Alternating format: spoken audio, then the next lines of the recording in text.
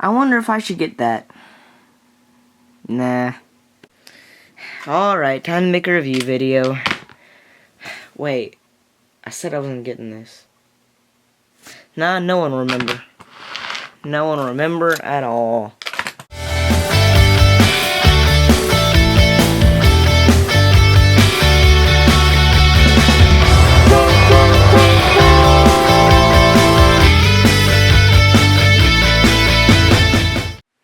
Hi, I'm Sam, and today I'm going to review the Lionel Grand Trunk Mogul number 713. So, hey, this is the first review I've ever done on the test track, and the reason for that is because A, now I have it, and B, my floor layout is getting a little bit crowded at the moment.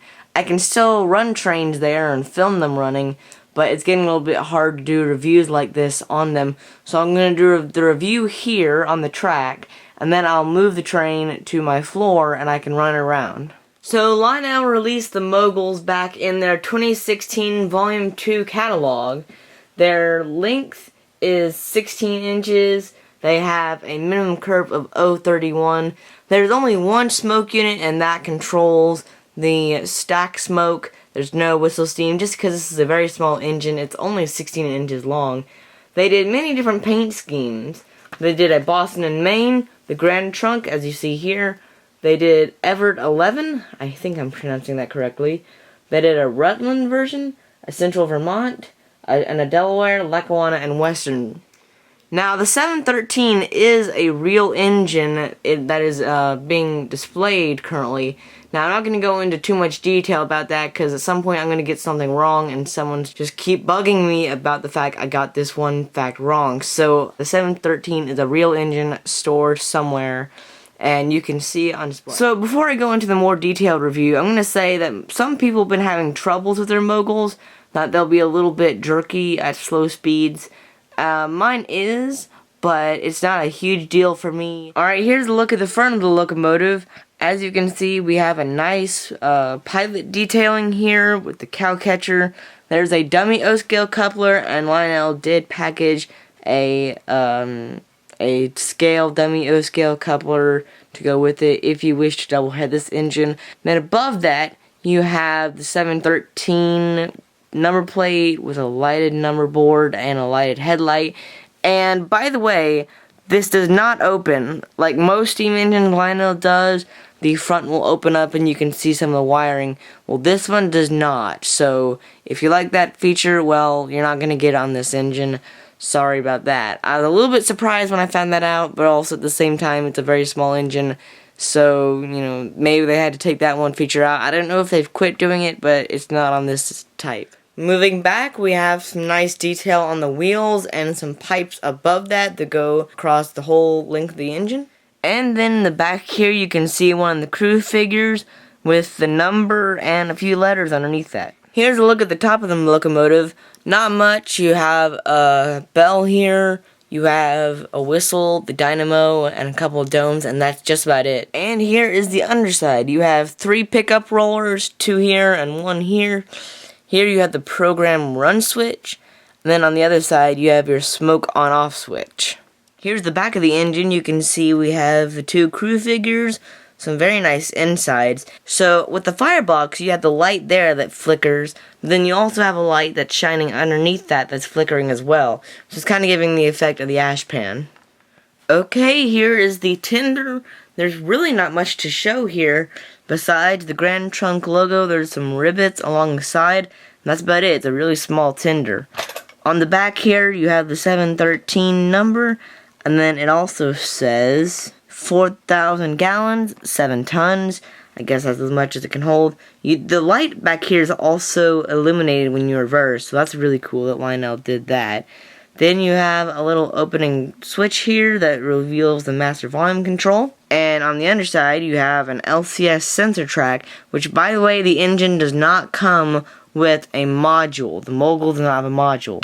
So, using the LCS sensor track here works really well. I was able to do that, and everything worked fine.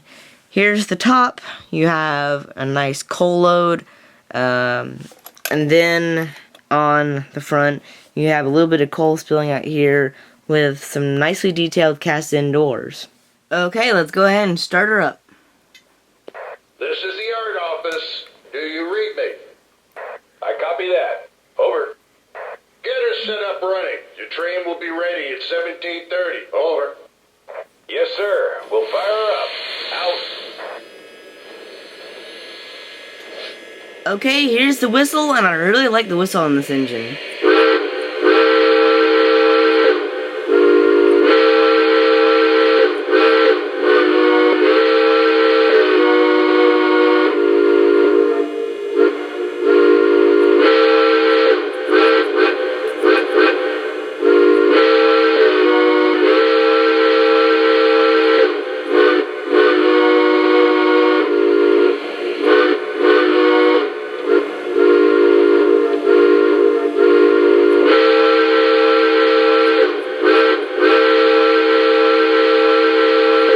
Here's the bell.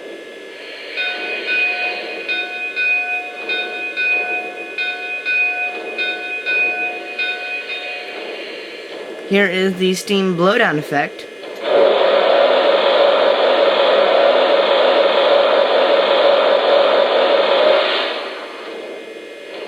Here's water.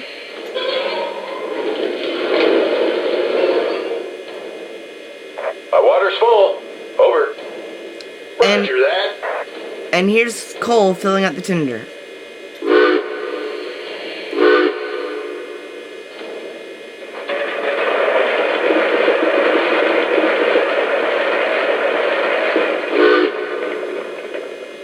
My coal's full. Over. Copy that. And then here's some crew talk. Tower, my water's full. Am I cleared to the outbound? Over. Copy that. Clear to proceed east from where you stand at track speed. Over. Thank you much. Cleared outbound. Out. This is the block operator. You are cleared to depart on signal indication. Over. Roger that. Here we go. Out. Dispatcher, air is made. Brake test complete. Are we clear to pull? Over. Please hold. Getting your route line now. Acknowledged. Waiting on a clear signal. Out. Okay, let's go ahead and run around the layout.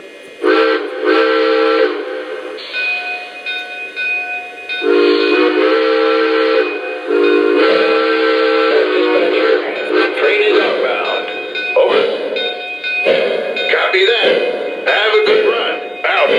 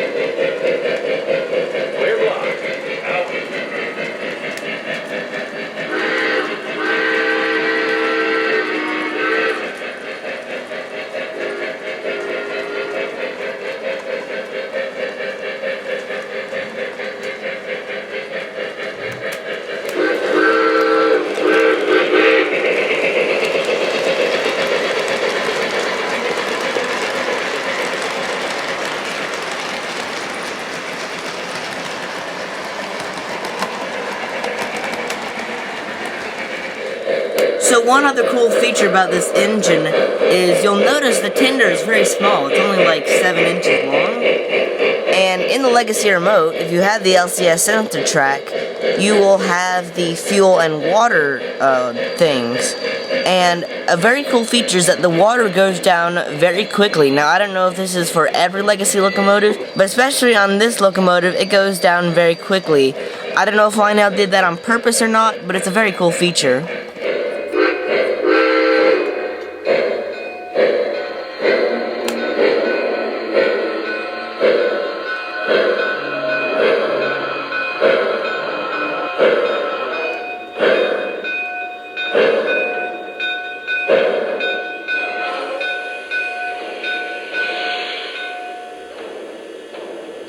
Dispatcher, ready to roll. Can I pull?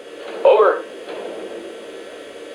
Roger that. Clear to proceed east from where you stand to track speed. Over. Roger that. Here we go.